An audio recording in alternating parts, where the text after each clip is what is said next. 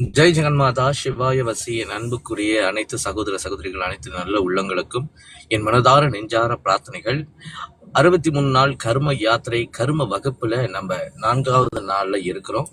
அன்பர்கள், கர்மத்தை பத்தி ஒவ்வொரு துண்டு துண்டா உங்களுக்கு ஒவ்வொரு நற்செய்தியா சொல்லிட்டு வரேன். அப்பதான் உங்களால அந்த கர்மத்தை பத்தி நான் சொல்லும் போது உங்களால் சிந்திக்க முடியும். சோ அந்த வரிசையில இப்ப உங்களுக்கு ஒரு கர்மத்தை பத்தி ஒரு சின்ன செய்தி.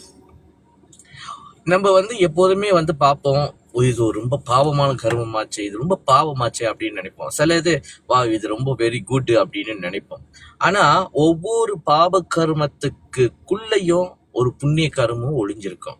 ஒவ்வொரு புண்ணிய கர்மத்துக்குள்ளேயும் ஒரு பாப கர்மம் இருக்கும். நீங்க எதெல்லாம் நல்லதுன்னு நினைக்கிறீங்களோ அந்த நல்லதுக்கு பின்னாடி ஒரு பாப கர்மம் இருக்கும். அதே போல ஒரு புண்ணிய கர்மம் இது நல்லது அப்படின்னு நினைக்கிறதுக்கு பின்னாடி ஒரு பாப கர்மம் ஒளிஞ்சிருக்கும். இது அப்படிதான் பாப கர்மமும் புண்ணிய கர்மமும் ஒன்னோட ஒண்ணு முடிச்சு போட்டு ஒண்ணுக்குள்ள ஒண்ணு அப்படி மாறி மாறி வந்துகிட்டே இருக்கும்.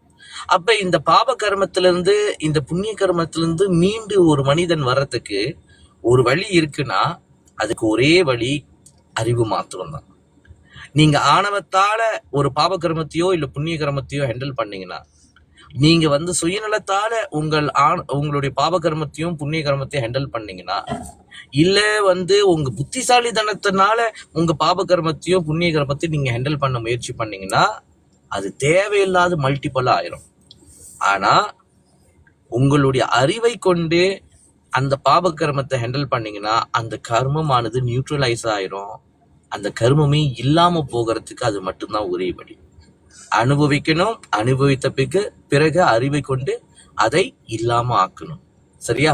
அதுக்கு நம் மனது எங்க இருக்குன்னு தெரியணும், அதுக்கப்புறம் புத்தி எங்க இருக்குன்னு தெரியணும், அகங்காரம் எங்க இருக்குன்னு தெரியணும், அதுக்கப்புறம் கடைசியா சித்தம் என்ற அறிவு எங்க இருக்குன்னு தெரியும் என்று சொல்லி, அன்பர்கள் யாரெல்லாம் இன்னும் இந்த 60 நாள் கர்மா வகுப்புல இன்னும் பதிவு பண்ணலையோ, உடனடியாக மாணவ தர்மா டிக்டாக் பயோல என் தொலைபேசி எண்ணு இருக்கு, அதை எடுத்து உங்க போன்ல மாஸ்டர் சிட்னு சேவ் பண்ணிட்டு புலனம் வழியாக உங்க பெயர் உங்க நெகிரி எழுதி புலனத்து வழியாக அனுப்புங்க. ஒரு audio master we want to join karma class அப்படின்னு சொல்லி போட்டீங்கன்னாக்கா நான் உங்க நம்பர் சேவ் பண்ணிட்டு உங்களுக்கு அந்த ஃபார்மும் அந்த போஸ்டர் அனுப்பி விட்டுருவேன்.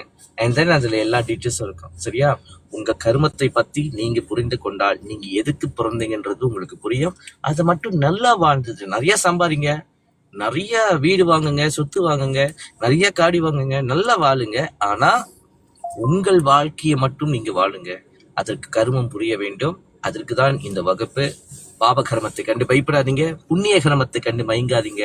ஒவ்வொரு நாளும் தெய்வீக சக்தி அதிகரித்து உடலுக்கு ஆரோக்கியம், மனசுக்கு சந்தோஷமும், உங்களுக்குள்ள இருக்கிற சத்தியத்தின் வழியாக நிம்மதியாக வாழுங்க என்று சொல்லி விடைபெறுகிறேன். மாணவ தர்மத்திலிருந்து உங்கள் அன்புக்குரிய சித்திரடிமை மாஸ்டர் சித். ஜெய் ஜெகன்மாதா சிவாய வசி. ஓம்.